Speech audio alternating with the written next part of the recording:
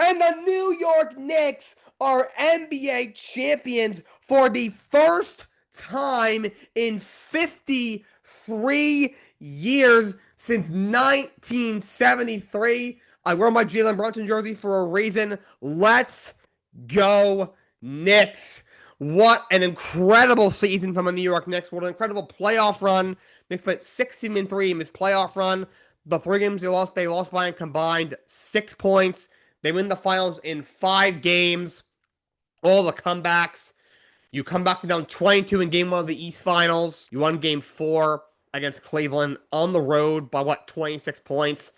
You come back down 29 at half in game 4 of the finals against the Spurs at home. Largest finals comeback in the NBA history. You look at the Atlanta series, you go down 2-1. You win games 4 and 5 by 20 plus. You win game 6 by 51. You're up by 61 at 1 point. You're down double digits in every single game in this NBA Finals. Just what an incredible team. Blowing out the Sixers in the second round. You win game 1 by 35. You won game 4 on the road by 36. Series wasn't even competitive. Just an absolute, just incredible run from the New York Knicks. Jalen Brunson, what a absolute dog Jalen Brunson is. 45 points in this closeout game. He wins Finals MVP.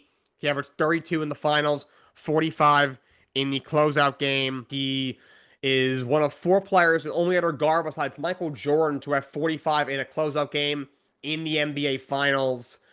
Just an absolutely insane run for Jalen Brunson, who to me is the best postseason performer in the NBA right now.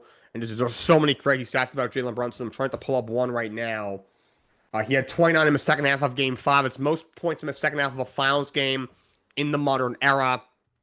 Just absolutely insane performance from Jalen Brunson. Great moment with his dad, Rick Brunson, former Knicks player, was on the 99 team that went to the finals last time Knicks were in the finals when they lost to the Spurs, which is very ironic. Of course, he's an assistant coach with the New York Knicks, so really great moment for those two guys to share. There's always guys, Karl-Anthony Towns coming over last year. He wins a championship with the Knicks. Knicks have gotten a lot of flack for a lot of things. They got a lot of flack for Jalen Brunson. When they signed him, people said he's too small. He's never going to be a number 1 caliber option. Maybe he'll be a second option. 27 million a year is too much. Screw you. Jalen Brunson is the best postseason performer in the NBA today. He is maybe the best point guard in the NBA, and is one of the 10 best players at least in the NBA today. And he is a hero in New York forever. To me, he's the greatest New York Knicks player of all time. Easily the greatest New York Knicks player of the last 25 years. That's not even a remote conversation at all. And Jalen Brunson is absolutely amazing, and he's an icon in New York forever. Absolutely changed my life. So thank you to Jalen Brunson. And this is a team, honestly, it's a lot of rejects. Guys who were rejected in previous stops. Jalen Brunson in Dallas was not a starter. He wanted to take a less money to stay in Dallas, and Dallas didn't want him to resign. They told him, "Oh no, wait until the summer." He's like, "All right, fine." They didn't want to resign him, so he went and got his money from the Knicks. And look at that, he is a superstar player, and he just won an NBA championship and the Finals MVP. Now, Karl-Anthony Towns, number 1 overall pick by Minnesota, did a lot for that team, and they just shipped him out for Julius Randle, one of the biggest playoff chokers in recent memory. And Cat's now an NBA champion.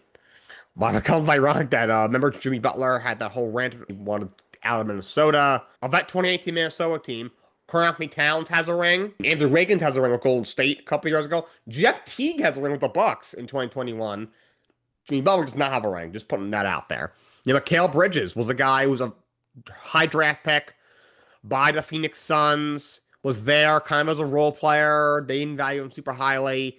They end up sending him off to Brooklyn in the Kevin Durant trade. He ends up finding himself in Brooklyn. Has some really good years, but the team was really bad, so he obviously got a lot of flack for having so many empty stats. Knicks gave up 5 first-round picks for him.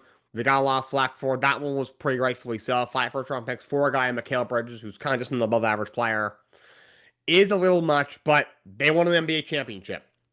Okay, it was absolutely worth it. As much grief as we've, as even Knicks fans like myself have given Mikal Bridges for some of his inconsistencies. He was fantastic in these playoffs. F them picks, as the kids say.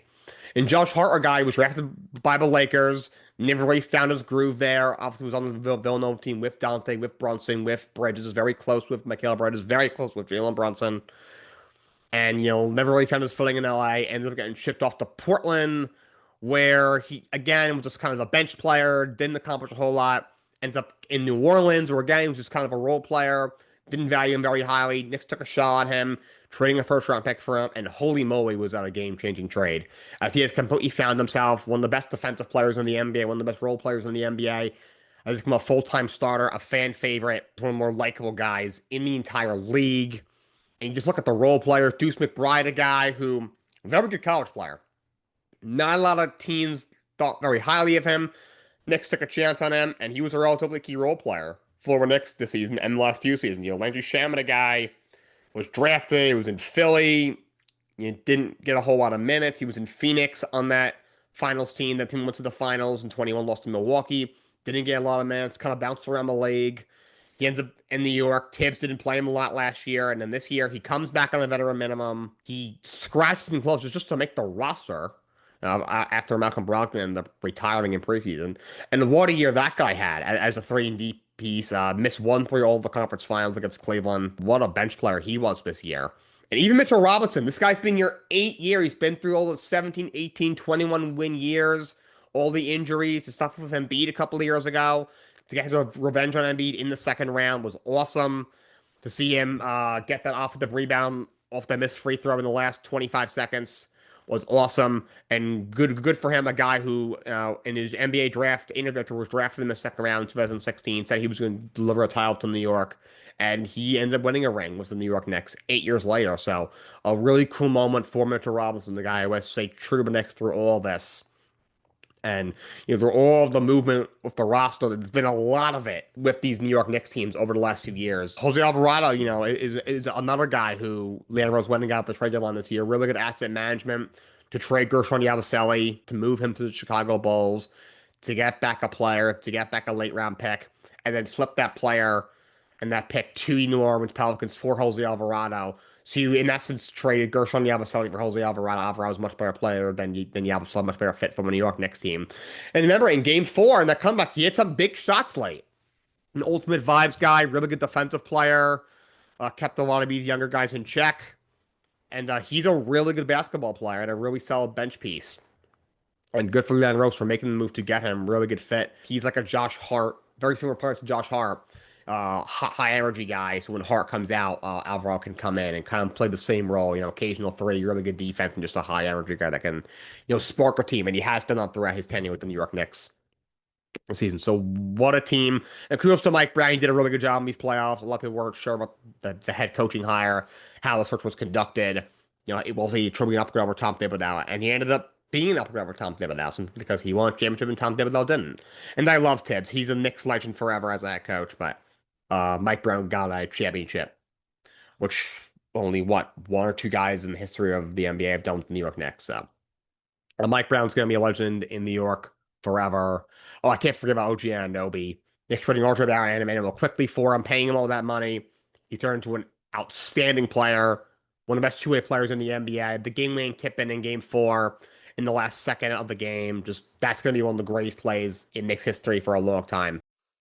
Forever. One of the greatest plays in finals history, honestly, if you ask me. I can't be thankful enough that the Knicks trade RJ Barrett and Emmanuel quickly to get him a couple of seasons ago, and Leon Rose, just the architect of all this. Say what you want about, how he's gotten some of these players here, the picks he gave up for Mikal Bridges, the money he's given it to some of the guys. But he did an excellent job building this basketball team. A little bit unorthodox the way he did it, but he got the job done, so kudos to him. He is truly one of the elite general managers in the game of basketball. My first championship as a fan. Let's go Knicks.